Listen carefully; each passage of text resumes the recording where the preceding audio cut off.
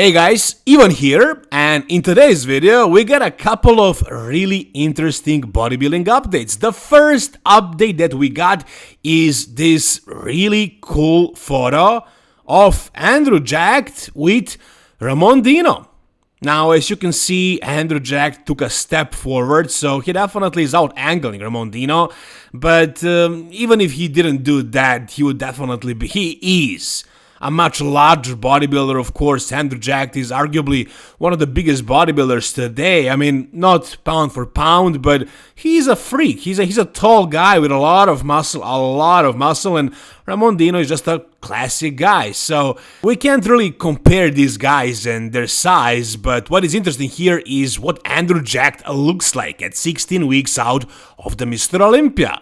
So, I feel like, I don't know if I'm mistaken, but to me it seems like his arms are potentially maybe even bigger than they were before. Now, there were some physique updates from Andrew Jack that he posted in which he looked like his arms grew, in which his arms looked super massive. But this one, I think it's a little bit different because the lighting here, it's not exactly the best possible lighting. It's not really favoring his arms, I would say. You know, his biceps are kind of like there is too much light on them. The shadow is not exactly perfect for his arms to look the best, the biggest. But, you know, look at the bicep peak, especially that right arm. Like that outer head, the small head. It looks like it's popping out more. So, what the hell did Andrew Jack do? I mean, let's not even go into the Synthol talk. I mean, I have no idea what these guys are doing, but I can notice when they are changing, when they are progressing. And right here, Andrew's biceps in particular, are looking really freaking freaky, right? Like, especially the outer head at peak is just popping out like crazy. The rest of his physique, I mean, it all looks good. You know, the V taper is there, the waist is still small, the size overall looks great.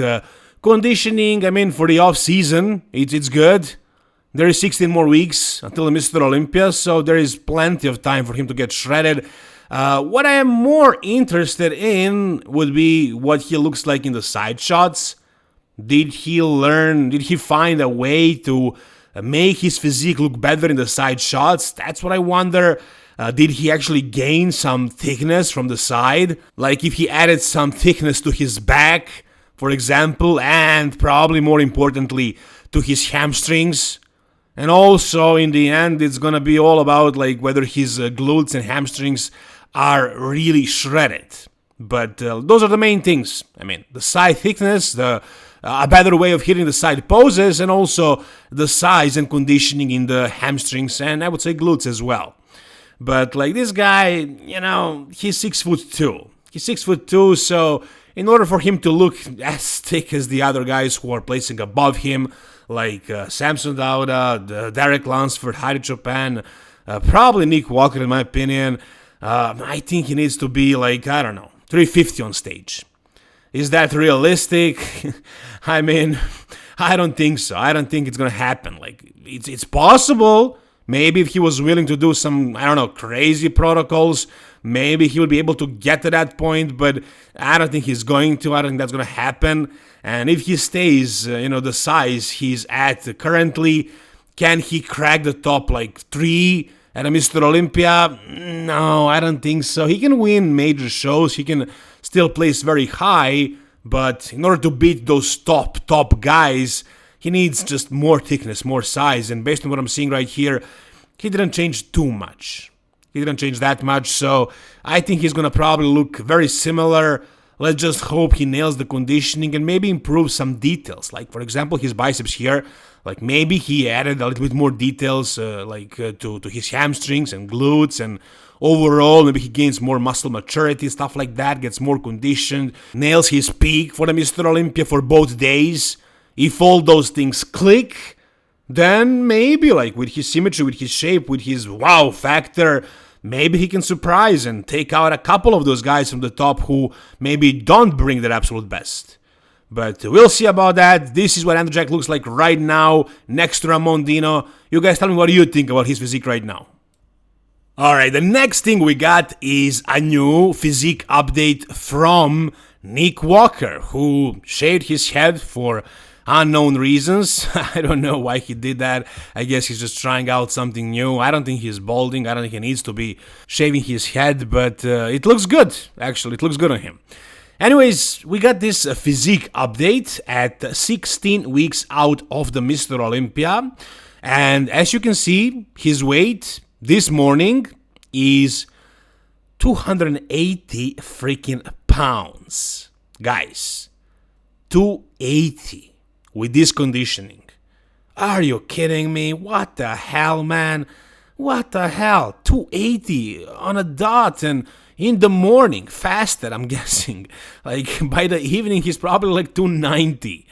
And he's like 5'6" or something. So for a short guy like that, packing that much muscle, that is absolutely insane.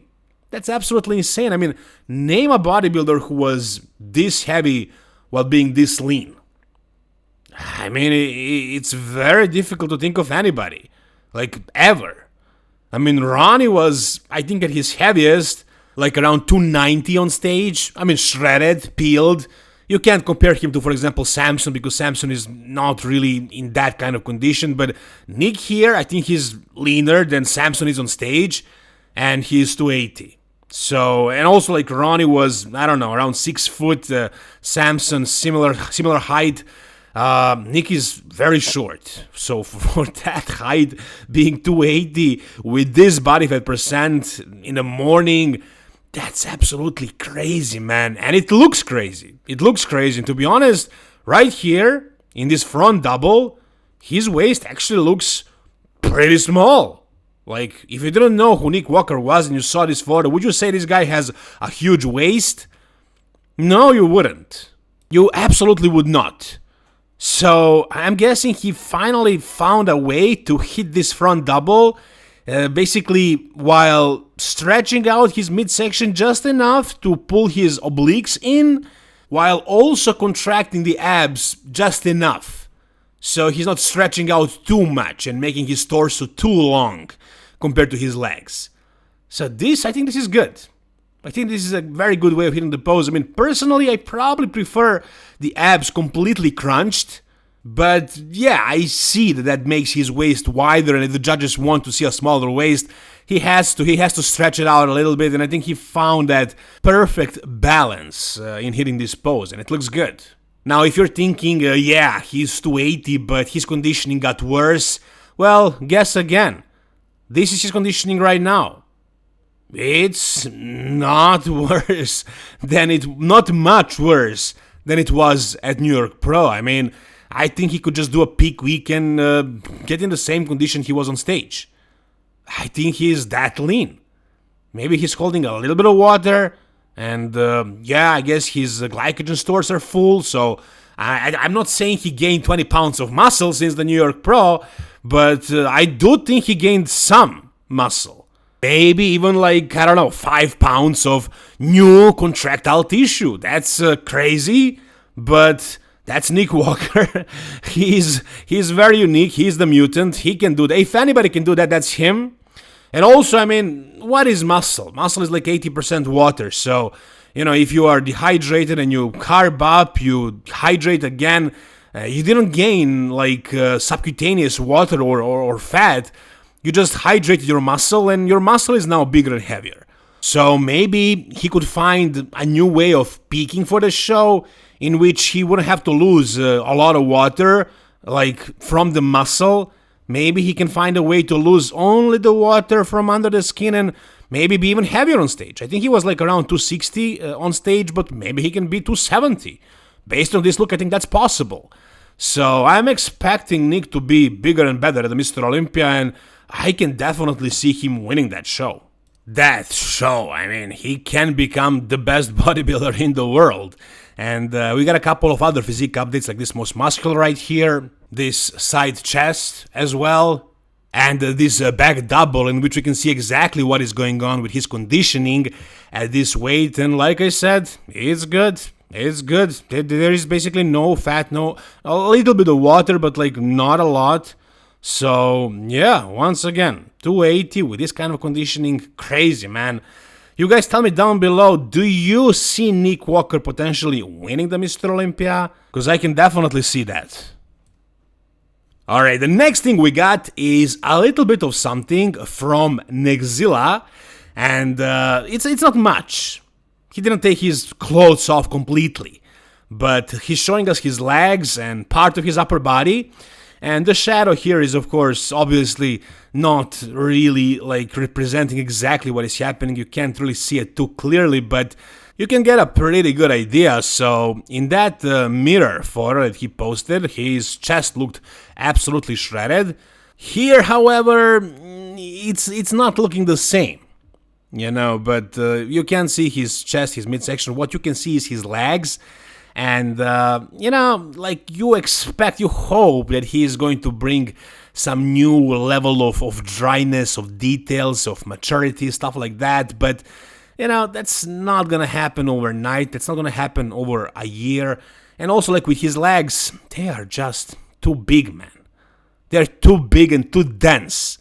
So that muscle, I don't know how lean he needs to be for the separation to get really deep, right?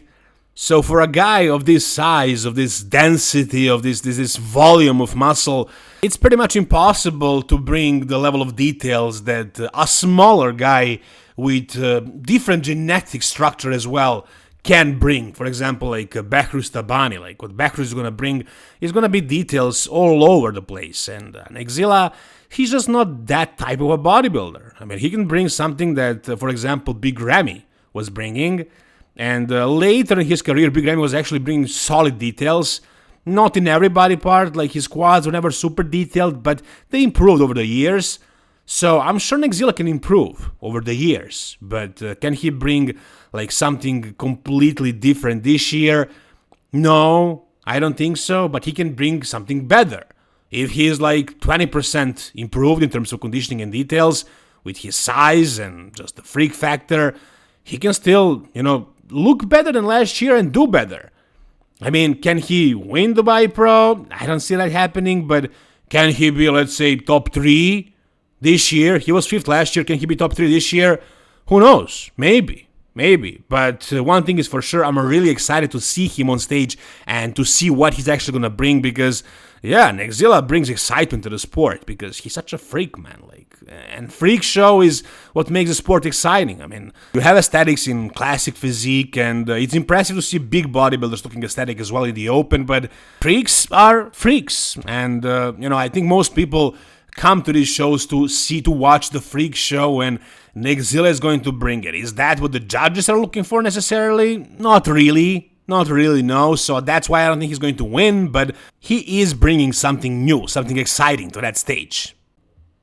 Alright, the next thing we got is also another very interesting update. Apparently, Fooda is doing Dubai as well, and I don't know if I missed this, but I know before when he was competing, he wasn't really posting a lot of updates. He would just, you know, announce that he's doing a show a couple of weeks out, if that long, and he would just do the show. So I think that's his thing, his style. I know some guys struggle with like the pressure they put on themselves by announcing shows, especially these high caliber bodybuilders who are under the microscope of all the Instagram and YouTube pages who are analyzing these guys.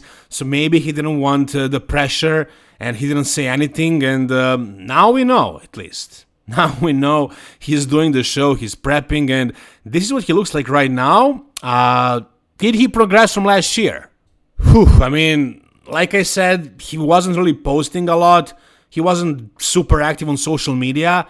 So I haven't really been following him thoroughly the entire year. So it's gonna be a little bit difficult to realize if he actually made progress or not, because I can't really exactly remember what he looked like last year. But I think he did make progress. From what I remember, I think this looks better. I think he gained some thickness, some density in the muscle. I don't think he was this thick, this dense last year. And as you can see, his conditioning is good. Very, very good. And I think he won a show last year. So, like, can he win a show this year? I don't see him necessarily winning Dubai Pro. But where in the mix at Dubai Pro is he going to be? I mean, can he beat Beckrus, Bonek, Neckzilla, Nathan Diasha, Antonio Burton? I mean, it's gonna be difficult. Like, all those guys are very high caliber, but maybe. I mean, he is a really high level bodybuilder. So if he truly nails the conditioning and he does everything in his power, like poses good, brings the peak and everything, and some of the guys of those 5 guys, they don't bring their absolute best, he can edge them out. It's a possibility. But as of right now, I have him at the edge of that top 5. I have him in 6th, but he does look good. And this is an awesome addition to this show. Dubai Pro is shaping up to be a really, really good show. I can't wait to watch it tomorrow. Oh, and we got something also very interesting from this guy right here, in case you forgot about Hassan Mostafa. This is what he looks like at 320 freaking pounds. So he says, that's what 320 pounds of muscle look like. No show in mind yet, but working to present my best look on stage. 320 pounds, guys. For a guy that is also like 5'6" maybe. I mean, his conditioning here is obviously not great. It rarely ever is on stage. I think he was in decent conditioning twice, but he was significantly downsized at those times.